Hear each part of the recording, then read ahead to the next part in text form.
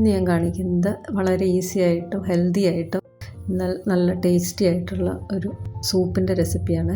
നമ്മുടെ വീട്ടിലുള്ള പച്ചക്കറികളും ഇലകളും ഒക്കെ വെച്ചിട്ടാണ് ഇത് ഉണ്ടാക്കുന്നത്. ഇതിനകത്ത് ആവശ്യമില്ലാതെ ഒരു മസാലയൊന്നും ചേർക്കുന്നില്ല. കുട്ടികൾക്ക് വരെ കൊടുക്കാൻ പറ്റും. അത് മാത്രമല്ല എല്ലാ ദിവസവും നമുക്കിത് ഉണ്ടാക്കി കുടിക്കാൻ പറ്റും. ഡയറ്റൊക്കെ ചെയ്യുന്നവർക്ക് ഏറ്റവും നല്ലൊരു റെസിപ്പിയാണിത്. അപ്പോൾ റെസിപ്പി കണ്ടു നോക്കാം. ഞാനിവിടെ എടുത്തിരിക്കുന്നത് ഒരു മീഡിയം സൈസ് ക്യാരറ്റ്, ഉരുളക്കിഴങ്ങ്, ഒരു തക്കാളി, ഒരു ചെറിയ സവോള, 1-2 വെണ്ടയ്ക്ക, 1-2 പയർ, ഒരു 2-3 ഉള്ളി, ചെറിയൊരു കഷ്ണം ഇഞ്ചി, പിന്നെ ഒരു മീഡിയം സൈസ് ബീട്രൂട്ട്, 3-4 ബീൻസ്, കുറച്ച് പൊന്നാങ്കണ്ണി ചീര എന്ന് പറയുന്ന ചീരയുടെ ഇലയാണ്. പിന്നെ ഞാൻ കുറച്ച് പച്ചച്ചീര അരിഞ്ഞു വെച്ചിട്ടുണ്ട്. അത് ഈ ഒരു ചീരയുടെ പേര് എനിക്കറിയില്ല. ഇത് നമ്മുടെ വീട്ടിൽ തന്നെയുള്ളതാണ്. ഇഷ്ടമുള്ള ഇലകളൊക്കെ എടുക്കാം. ഒരു തണ്ട് കറിവേപ്പില, 1-2 തണ്ട് കറിവേപ്പില ഇടാം. ഒരു തണ്ട് മുരിങ്ങയില. ഈ ഇല കുറച്ച് ഉണങ്ങിപ്പോയി. ഇത് ജാതിയുടെ ഇലയാണ്.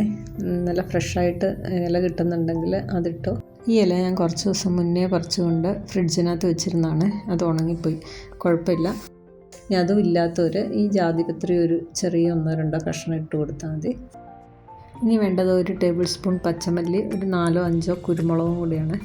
ഇത് രണ്ടും കൂടെ ചതച്ച് വെക്കണം. ഇനി ഇതെല്ലാം ചെറുതായിട്ടൊന്ന് അരിഞ്ഞെടുത്തിട്ടുണ്ട്. ഇനി ഒരു കുക്കറിലേക്ക് എല്ലാം കൂടി ഇട്ട് കൊടുക്കാം. ചീരയൊക്കെ കുറച്ച് തണ്ടോടുകൂടി തന്നെ ഇട്ട് കൊടുക്കാവേ. ഇനി ചതച്ച് വെച്ച മല്ലിയും കുരുമുളകും കൂടെ ചേർത്ത് കൊടുക്കാം.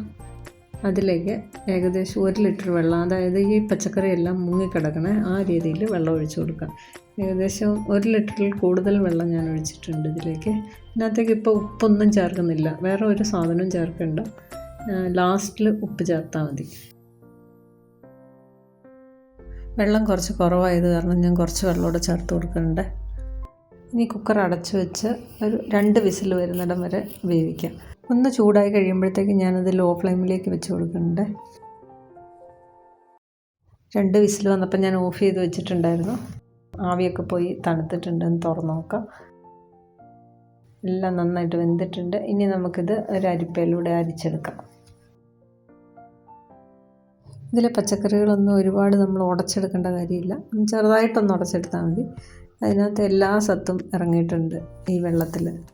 ഇത് കാണുമ്പോൾ നമുക്ക് തോന്നും ഇത്രയും വെജിറ്റബിൾസ് വേസ്റ്റായി പോവില്ലേ എന്ന് തോന്നും. പക്ഷേ ഉണ്ടല്ലോ, ഇതെടുത്ത് ഒരെണ്ണം വായിലിട്ടൊന്ന് ചവച്ച് നോക്കി യാതൊരു ടേസ്റ്റും ഈ പച്ചക്കറിക്കില്ല. അതിൻ്റെ എല്ലാ സത്തും ആ വെള്ളത്തിൽ തന്നെ ഇറങ്ങിയിട്ടുണ്ട്. അപ്പോൾ ഇത് മുഴുവനായിട്ടും ഒന്ന് അരിച്ചെടുക്കട്ടെ. ഇപ്പോൾ സൂപ്പ് മുഴുവനായിട്ട് അരിച്ചെടുത്തിട്ടുണ്ട്. ഇനി ഇതിലേക്ക് ആവശ്യത്തിനുള്ള ഉപ്പ് ചേർത്ത് കൊടുക്കാം.